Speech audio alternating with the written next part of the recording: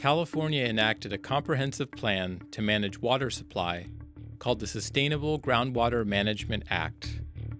The legislation was passed in the wake of a 4-year statewide drought. The main drivers for the development of the Sustainable Groundwater Management Act really came from the Central Valley and some of the Central Coast areas where there was significant overdraft of groundwater basins and land subsidence and other problems that have been occurring over years. The recent drought exacerbated the strain on groundwater supplies. During a drought, what we typically see is because surface water and groundwater are interconnected, you will have less recharge into the groundwater basins through streams or lakes. But also, you'll see more groundwater being pumped to meet the needs and demands, whether it's for agriculture or other purposes. The depletion of groundwater levels can put water systems in jeopardy.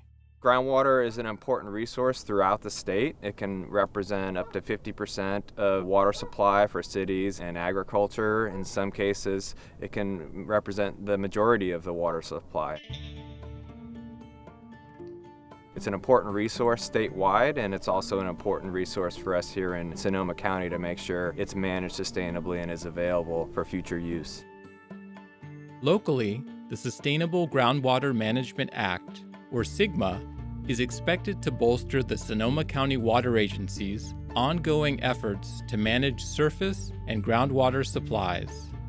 The state has identified 14 groundwater basins in Sonoma County. 3 of those basins are medium priority according to the state. So our mandate, our mission locally here is to implement SGMA in those 3 basins only. And those basins are the Petaluma Valley, the Sonoma Valley, and the Santa Rosa Plain. SGMA mandates that local GSAs, groundwater sustainability agencies, manage each basin.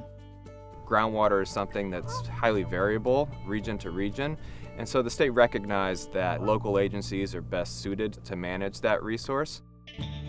GSAs were created in the 3 Sonoma County medium priority basins in compliance with SGMA's June 2017 deadline.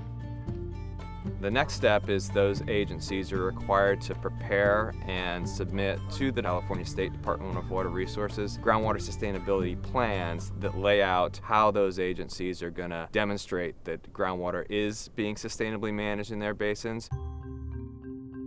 The plans, which are due in 2022, will show steps to sustainably manage groundwater within 20 years. There will be a lot of debate and stakeholder input and a lot of discussion on how we get there, but it will be locally derived. One of the bigger steps is going to be the setting of measurable thresholds and the identification of sustainability levels for the basin. And that is going to be a process that'll involve advisory committees of each of the groundwater sustainability agencies. There'll be a number of public workshops to gather input and perspectives from the public that can be integrated into the plan. The advisory committees are made up of a diverse cross-section of groundwater users, including rural well owners, environmental interests, and business owners. As a rural well owner, I wanted to know what was going on, and I threw my name in the hat to be on the advisory committee. I've been really pleased with the process. It's been extremely transparent. Every person gets to speak their mind, explain their point of view, and have others consider it. The sustainability plans really need to identify how you're going to manage your basin without causing problems. Lowering of groundwater levels, reduction of the amount of storage of groundwater in your basin, depletions of surface water due to groundwater pumping, degradation of water quality, seawater intrusion, and land surface subsidence. If local agencies are not able to meet sustainability deadlines, the state has the authority to intervene. In my opinion, we're controlling our own destiny, so we can do nothing and let the state come in and run a groundwater sustainability program. The fees will be more. They won't have a feel for the local community, what's important to people. This is really a group effort to make sure that we do control our own destiny.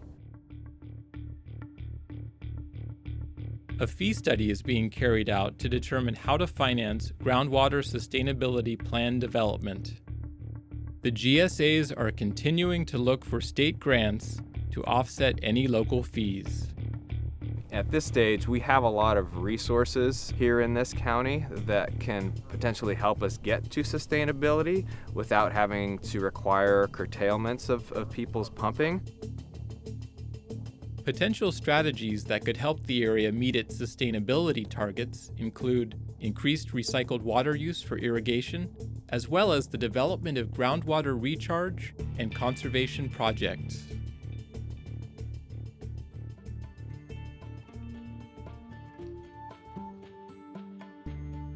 If you focus on the common goal, which is a healthy environment, a healthy economy, and healthy community to live in, then who can't agree with that?